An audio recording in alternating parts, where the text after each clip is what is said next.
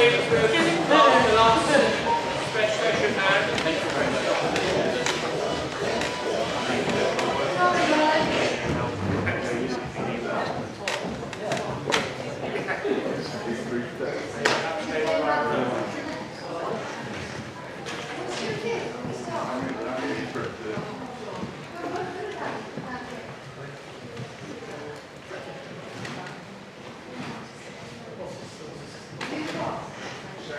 Temporary.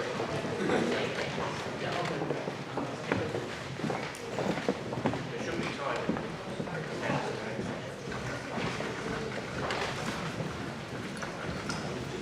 Okay, we're very well spread out audience, but I gave up years ago trying to persuade people.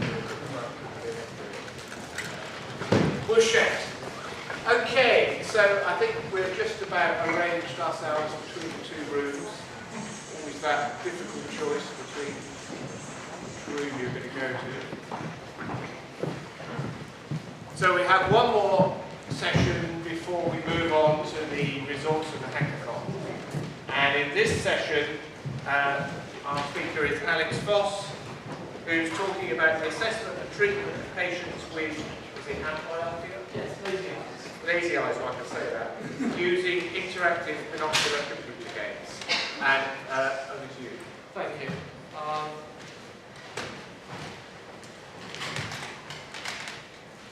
Lazy eyes is a condition where the eye is structurally normal, the brain is normal, but vision isn't developed properly. And an extremely common condition affecting about 1 person in 20 and 1 person in 50. So in this room, on average, expect maybe 1 person might have amblyopia. Very much like ADHD we heard this morning, which is again another extremely common condition. And the traditional treatment for this really hasn't changed for the last 3 centuries. So the Comte de Buffon in 1742 recommended patching the good eye, the eye that sees normally through, to try and encourage the lazy eye to see better. And the last breakthrough in the subject really probably dates from 1851, which about we then use something called penalisation, when you put a drop of atropine into the eye, which again effectively blurs the vision in the good eye, and you're trying to persuade the lazy eye to work better. It's not very effective treatment. The majority of people, despite this, will still have a residual lazy eye, and these treatments are extremely unpopular with patients. If you try and wear a patch for any length of time, you'd understand why. So, and the compliance rates with patching are in the region of about 50%. So, the perfect treatment, of course, is something that's effective, it actually works, but it's acceptable to patients, they will tolerate it. And bearing in mind that the average age of presentation of lazy eye is a child under the age of 6, 2 to 4 being the commonest age of presentation. You like it to be quick, you don't want treatment that goes on for the whole childhood. It'd be nice, 2 months of treatment and you're cured and out. You clearly want to be safe and easy to administer, and the health service is ambivalent about cost containment. It's having to spend tons of money on really expensive drugs that don't work, but everything else it tries to contain costs and save money. I inherited the project from Mr. Gregson, who was the clinician who started it all off, and he's now in the Cayman Islands, which is why I'm here presenting it. And it was a 3-year project patented by the Wellcome Trust, and Sue Cobbs in audience was a part of the group who got the money. It's a collaboration between Nottingham, University of Hull, who did the programming, Cambridge University Hospital, which is one of the other trial centres, and the University of Nottingham. And the concept's really quite straightforward, and I'm sure familiar to everyone in this room.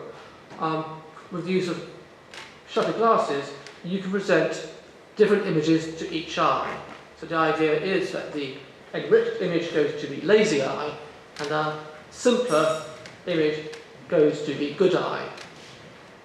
And for much of this work, we've been using the game platform to do this, because, as we discussed earlier, games are fun to play, encourages good patient compliance. It also means you can monitor responses in real time, potentially. So the technical basis of the system we're using is the shutter glass system, and this is young Purdy, son of one of the investigators in the group, who's now 6'6", but when his picture was taken, aged 8. It's rather smaller. And this is what it looks like. The shadow glasses will fit over a patient's normal glasses. And the game program to play is a shooter game called Nux. The key thing to make about this system, it's creating a dioptic that's different amount of each eye, but essentially a 2D image. We're not trying to create a 3D image by this system. And we did two things, both the game and we also did a DVD, which is the best stimulus. In the DVD version, they get a common border to both eyes called a visual lock, but the DVD itself is only presented to the lazy eye. And as you can check on Google, some of the best DVDs for children, Toy Story 2, always rates extremely highly. So the Nux game is a shooter game. You have a little astronaut who goes around shooting asteroids and collecting coins.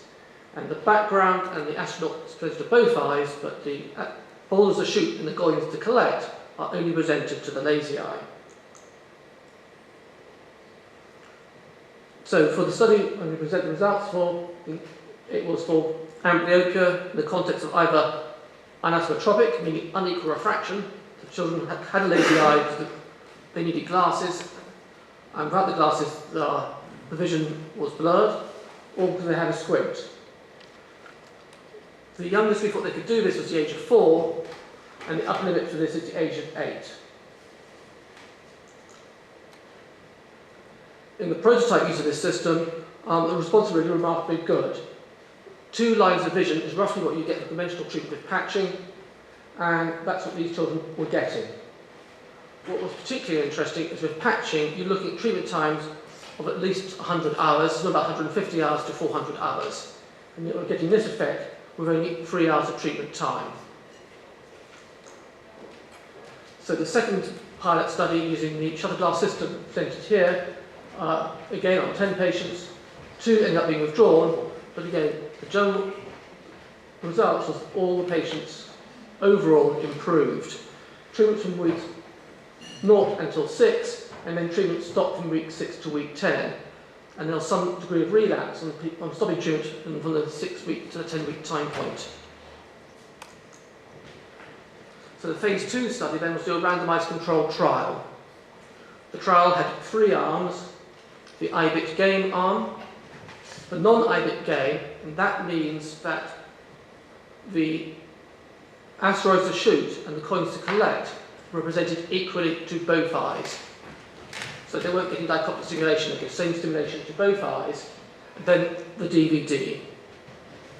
And there were 24 patients in each arm. We took essentially treatment failures. These are a very hard group of patients to treat. They'd already received treatment, either by occlusion or by penalisation, and therefore were resistant, if you like, to conventional treatment. Also bear in mind that conventional treatment compliance rates are around 50%, and the first results from this work is the treatment was very acceptable to children and to their parents, with compliance rates 90% or above. We were surprised, first of all 3 groups showed improvement in vision. And the surprising thing here was our so-called control group also showed improvement in vision, and this is very hard to interpret at the moment. Nonetheless, the conclusions therefore that this approach appears to be very well accepted, but even in case of the treatment failures, you're still getting improvement in vision about 0.1 logmar, which is useful.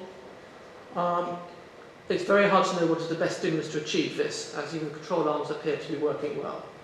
And therefore we need to do more work to assess this approach.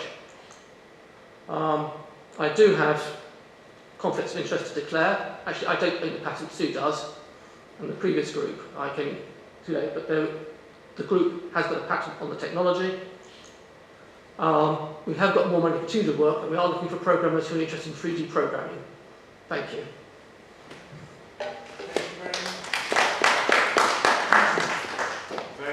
Very brisk presentation, as Alex promised me it would be, so we have lots of time for questions. Who'd like to start?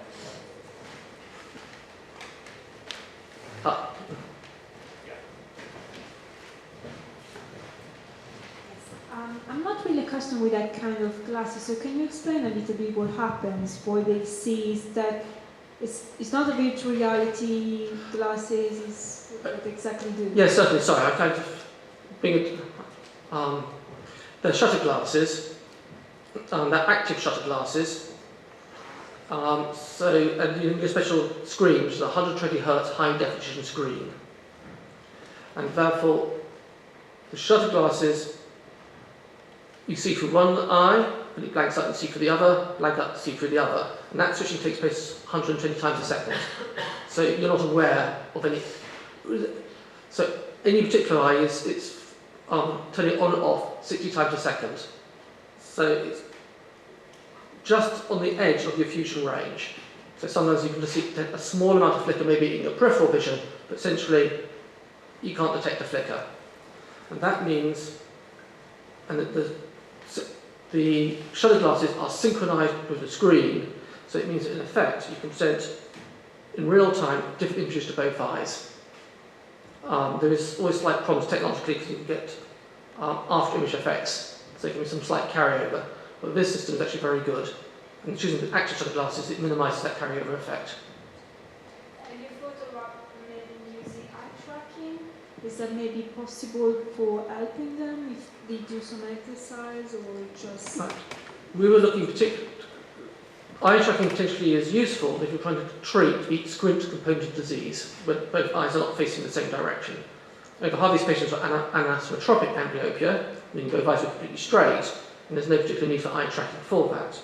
But one of the weaknesses of this study was that we made no attempt to compensate for the eyes not being properly aligned. Only if I hold my hand up arm's length, my area of close vision is just the size of my thumbnail, and that applies to what's called your fovea or your macula. It's only a bit capable of sustaining high acuity vision. So if your eyes are misaligned, then that might be one reason why you're getting poor responses. Another question? Yes, just. What are your guesses why the control group improved? Is it consistent with other literature? How you explained it? First of all, other people, although we've been doing this for a long time, other groups, most famous recently, Hesse's group from Canada using the game Tetris, have also shown that this strategy of perceptual learning, he was using adults rather than children, longer treatment times, but getting really quite impressive results. And it's now got, overall, the perceptual learning literature is now quite large, it's about a couple hundred papers plus. And everyone thinks that this system is working. I know these other groups are going to clinical trials. I know this one other rival group's also got a large grant to pursue this. So, but why did the control group work? That's much harder to answer. And you may, I can speculate. I mean, it is speculation. The brain works on parallel processing. You have about 20 sets of information channels going in, and it's all processed in parts of the brain. And the question, therefore, arises: how does the brain know in different parts that it all applies to your face, that activity that's scattered around? And there's something called phase locking which takes place. And the gamma band activity is very close to 60 Hz, which is very close to the shutter speed. So it's possible, though you're not aware of it, we may not unintentionally, we're actually getting dichotic stimulation, and we've locked onto the brain's natural frequency, still sticking the image from both eyes, and that might be what's happening. But that is highly speculative. Yes, at the back. I'll Please start. say that. Sorry, the microphone's coming, plenty of time. Okay.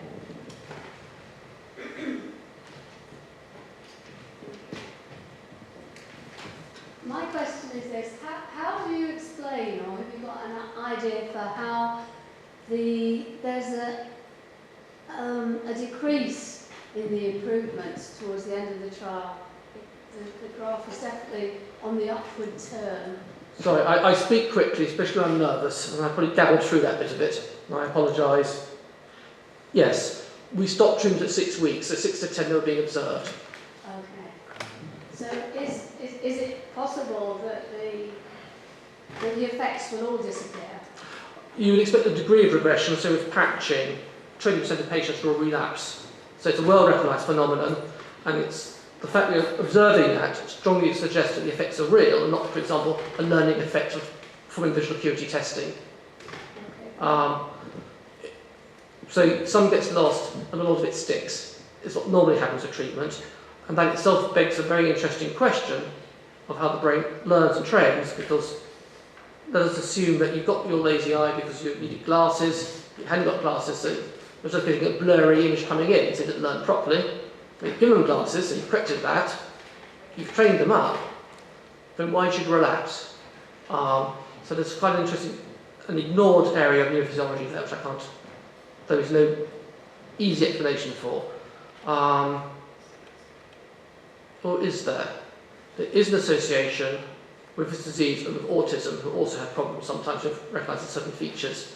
So there may be a deficit in the brain of what you might call salience, recognising these things that are important and need to be learned. Anybody else? Okay, well let's thank Alex once more for his presentation. Okay, there will be a short break while we wait for the other group to come and join us, and then we'll move on to the hackathon and results.